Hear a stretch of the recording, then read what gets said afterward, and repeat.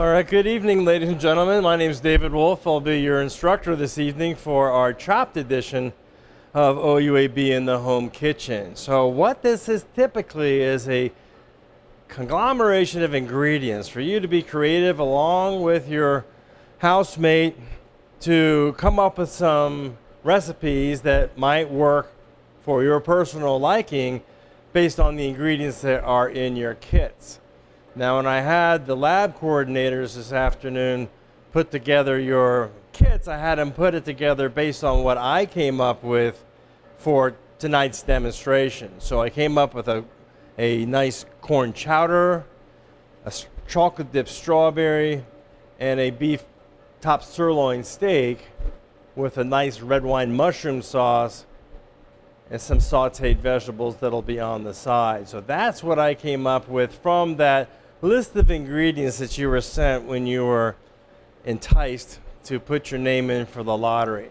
Now, there were a lot of other dishes that I was thinking we could have done from that ingredient list just by adding an egg to it or maybe adding some other ingredients. I kind of thought about a nice corn pudding and from the corn and an egg, the flour, the cream. I was going to do a little corn pudding, and I thought, no, let's do a chowder because we got the potatoes. Although the potatoes, I was thinking about doing a hash to go with the beef top sirloin dish, but I just really broke it down into what I could do to make 3 dishes using everything that I had on that list, and that's what I came up with for us to work with this evening.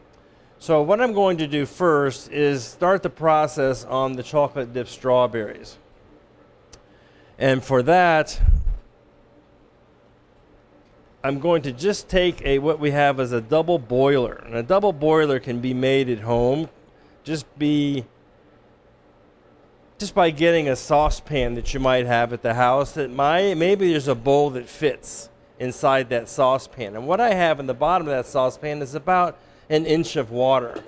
And I'm going to bring that water just to a very slow simmer. I don't want it to boil at all. I want it to have a slow little temperature of heat. And what we're going to do is we're going to melt this chocolate. You could do it in the microwave oven also. I don't have a microwave here on the stage, so I'm just going to melt that down in a bowl. And with that, I'm going to put in half of the corn oil that you have to be able to thin out that chocolate as it melts down. So that leaves me behind with some caramel sauce on the tray that I separated out, that you were to take your kit, take everything out of this section of this bag of the kit. You'll have strawberries, caramel sauce, the chocolate, and the oil. Then you're all set, you're ready to go. So that's phase 1 of this. I'm going to put this in the refrigerator just long enough so that they can get chilled, so that when I dip them, the chocolate adheres to the strawberry better and it cools down a little bit more efficiently. So that's my plan for that. Meanwhile, in a saucepan, I'm going to recommend that you have about a gallon-sized saucepan to work with, and we're going to work on the corn chowder. And that also is in its own little kit. And we had butter and bacon that were chopped. So I'm going to take the butter and the bacon and put it into this saucepan. Just preheat the saucepan just enough to be able to start melting down the butter as soon as it hits the skillet. And then we're going to put in this chopped bacon, which is about 75% cooked.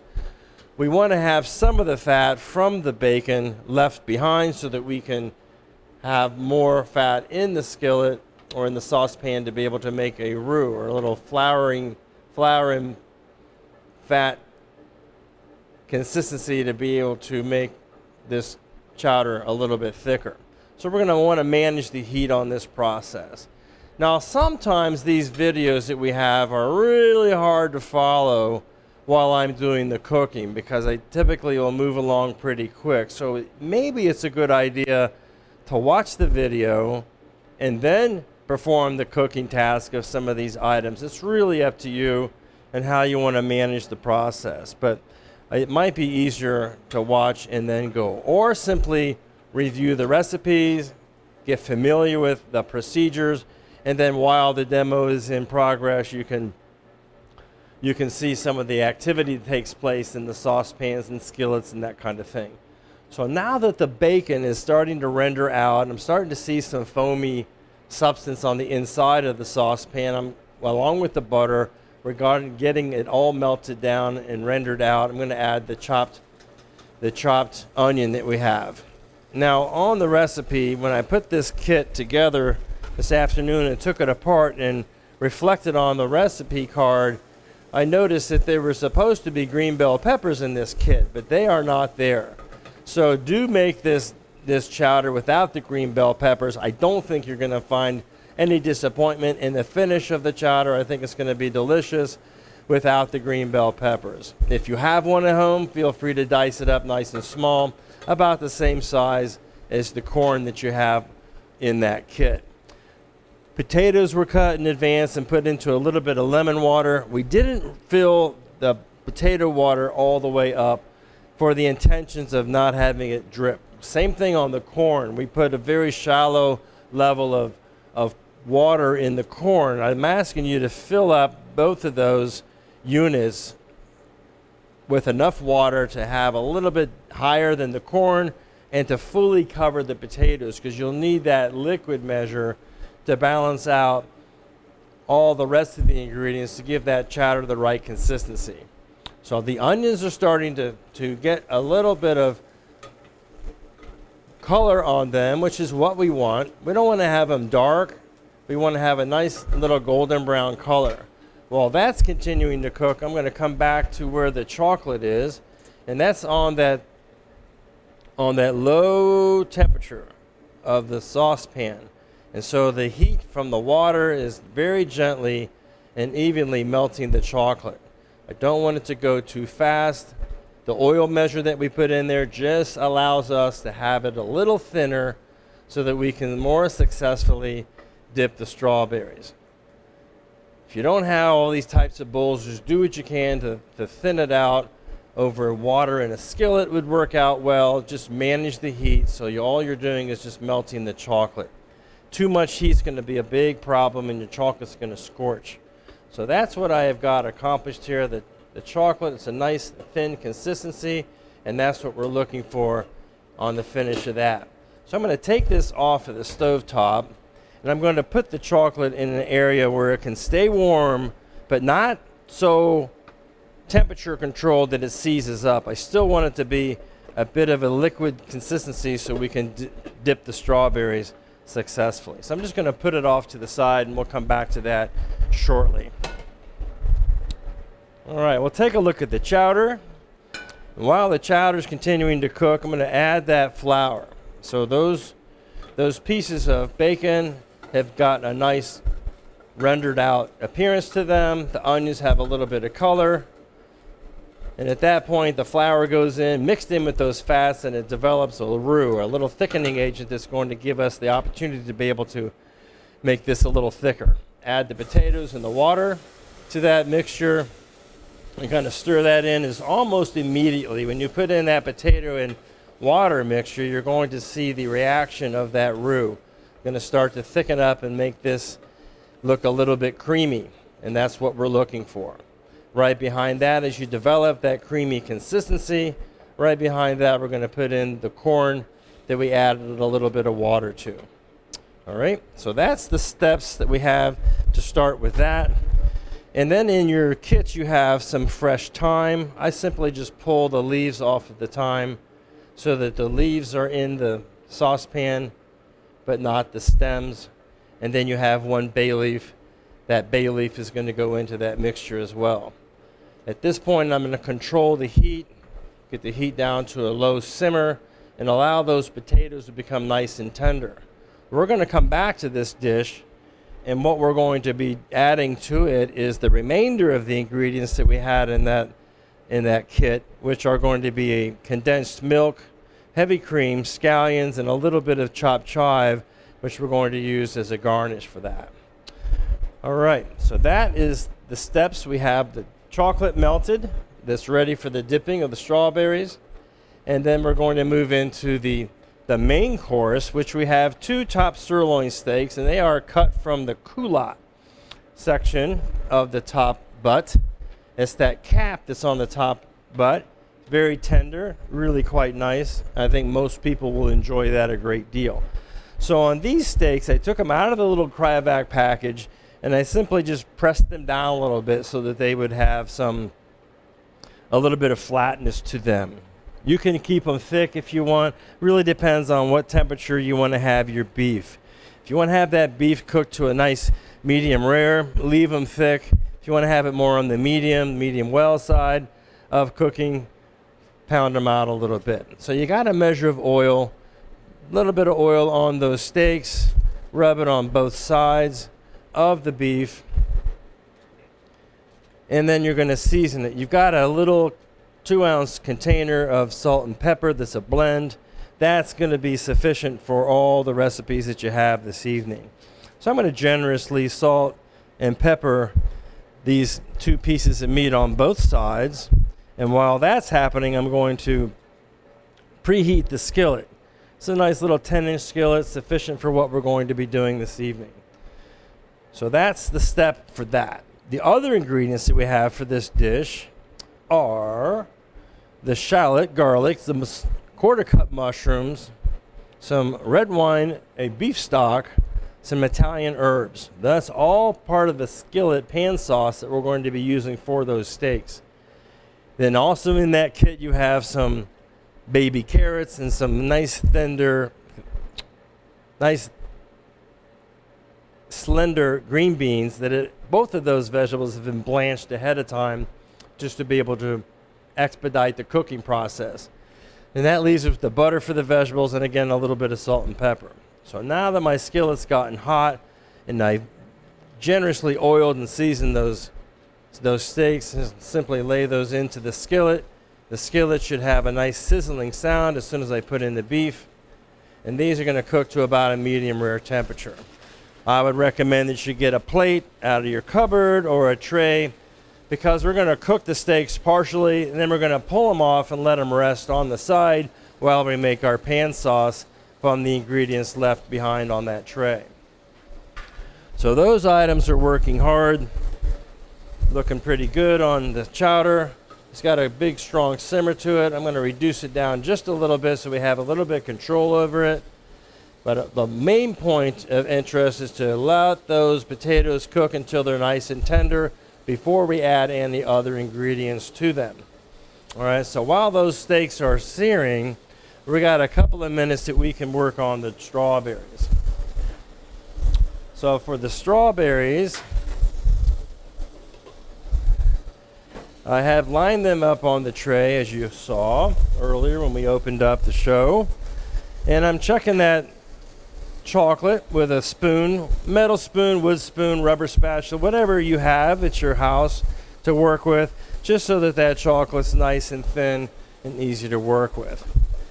So the strawberries, we have lined them up. We picked out the best looking strawberries that we could get. And what I recommend you do is you get a hold of the strawberry from this calyx, this green top, all right, and pull those green tops outward so you have kind of a handle.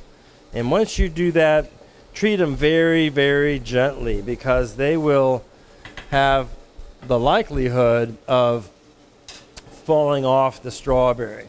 So I'm going to start by dipping the strawberry into a tilted bowl and just kind of rolling the strawberry in the chocolate and getting a good grip on the calyx, wiping off the bottom of the strawberry and laying the strawberry onto the paper.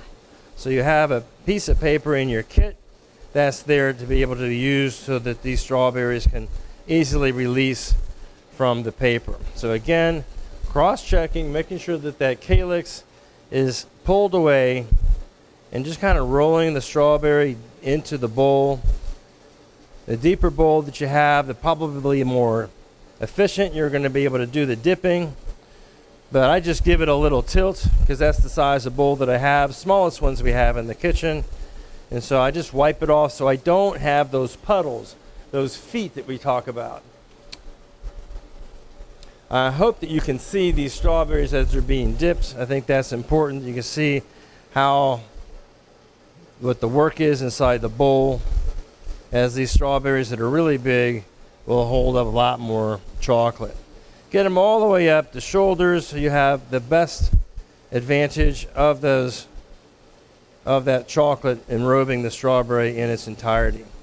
At that point, I have plenty of chocolate left over for another opportunity somewhere down the road, but not so much tonight. So I'm going to put this into the cooler, allow that to cool down a little bit while I start finishing the chowder. Give it a little stir. Steaks have got a nice smoky appearance, and we're starting to see a little bit of color develop around the sides. Let's simply flip them over so we have that nice caramelized appearance on the beef. So that's what we refer to as that Maillard reaction, where those proteins and sugars work together and get that nice caramelized color. So for that, I'm going to have this little dinner plate. It's going to be off to the side, and we're going to return those steaks back to that skillet pretty soon after we make our sauce, and we'll allow those to cook a little bit longer in that skillet. So you can cook them to whatever degree of temperature you want. Right now, I would say this is a nice medium rare on that steak, because this one's a little bit thicker. That's going to be on the range between rare and medium rare. Now in that same skillet, I'm going to add the chopped shallot. And again, I held back a little bit of that oil that we had from rubbing on the steaks. I want to put just a little bit in there to allow these shallots to start taking action. All right, now I don't want to brown them up too much. You want to have just a nice color on those. Behind that, you're going to put in the chopped garlic. It's also in a little bit of oil, and that's all good. We'll let that garlic cook just long enough until it becomes a nice sweet smell. Right behind that garlic, we're going to put in the quarter cut mushrooms. And those are all cremini mushrooms, very nice. They are properly washed in advance, so those are in good shape for you to work with for your pan sauce this evening. I have some red wine. I'm going to put just a splash of that red wine in the skillet, and that's going to allow those mushrooms to pick up a little bit of moisture as they start to cook. I want to allow those mushrooms to extract some of the liquid that's in the mushroom before I add the rest of the wine. Go ahead with the rest of the wine, and the demi-glace or the beef stock goes into the skillet, and we're going to let that reduce down. You could add the red wine first and let it reduce down to where it's almost dry if you like. To me, I put them both in there at the same time. It matters very little as long as you cook it down the rest of the way. That's what matters most. So now we have this nice rich pan sauce that's cooking and simmering away. We have seasoned the beef, and I don't think it needs any further seasoning. But at this point, while that sauce reduces down a little bit, I'm going to return the steaks to that skillet, and we're going to allow those to baste. Now, as those steaks rested on the plate, a little bit of purge, some of the natural liquids came out, and I'm going to return that to the pan because I think that is good stuff, should not be discarded. Chowder's looking real good. We're going to check those in a minute to see how tender those potatoes are. Meanwhile, we have a measure of butter that is in our, I'll put this on another burner. We're going to have a measure of butter that's going to be for our vegetable this evening. Let that little pan heat up and drop in the butter and allow that butter to just melt down. And because these vegetables were blanched in advance, it won't take very long for us to be able to just reheat those in that little skillet. So again, your salt and pepper is in bulk. I'm going to add that salt and pepper to the skillet as that butter melts down. As these steaks begin to simmer in that sauce, control the heat so you don't lose all the liquid from your skillet. You want to have this nice basting sauce. So what I usually will do is I'll have a spoon that's nearby that I will use to be able to baste those steaks while they're cooking. Just kind of tilt it and allow those steaks to be able to get some nice rich flavors of the pan sauce extracted from the mushrooms, from the garlic, from the shallots, the red wine, and that demi-glace. On your recipe it reads beef stock, and you could use beef stock, but I just made a beef stock and I thickened it a little bit with flour and butter so it has a little viscosity to it. But I think that's a good way to manage that. So now that butter's nicely melted, at that point I'm going to put in the carrots. Carrots are the same as you have. I just took them and split them in half so they have a little bit more elegant look to them. And right behind them I'm going to put in the nice, tender, slender French beans. I'm going to leave my salt off to the side, and then we have a little mix of Italian herbs that I'm going to put in that pan sauce, and that's pretty much everything we need for that beef top sirloin dish. Let those cook, kind of move them around in that skillet just a little bit so that they reheat slow and gentle, not too hard, not too fast. Keep a really good eye on the amount of heat. So now that this sauce is simmered nicely, it's reduced just a bit. I'm going to return the chowder back to this burner so we can see it. And at that point, I'm going to put in the condensed milk and allow that to stir in. Incorporate it all the way through. And check those potatoes to see if they're tender. If they are, we should be in good shape. Nice. I like them just a little bit of density, because as that soup continues to cook, or if we reheat it tomorrow, those potatoes will continue to cook each time. Condensed milk is now dissolved in there. We're going to add the heavy cream. If by chance during the cooking process this chowder gets too thick because the heat might be too high, feel free to just simply add some water. Or if you have some open stock in the house, vegetable stock, chicken stock, feel free to use that. Now those two dairy products, one condensed and the other one is a nice fresh dairy. Once those reheat, add the chopped shallot. That leaves us behind with a little bit of chopped chive, which we're going to be using to garnish this soup with. All right, so that takes care of that. Let's keep an eye on the vegetables. Steak's looking beautiful. Take a look at the strawberries and see how they set up. All right.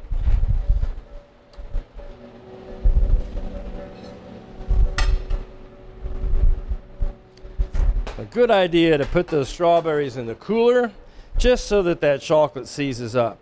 With that caramel sauce, I just drizzled a little bit of the caramel onto the plate just as an accent garnish, and then I'm just going to simply pick up the chocolate dipped strawberries and just arrange them nicely on the plate.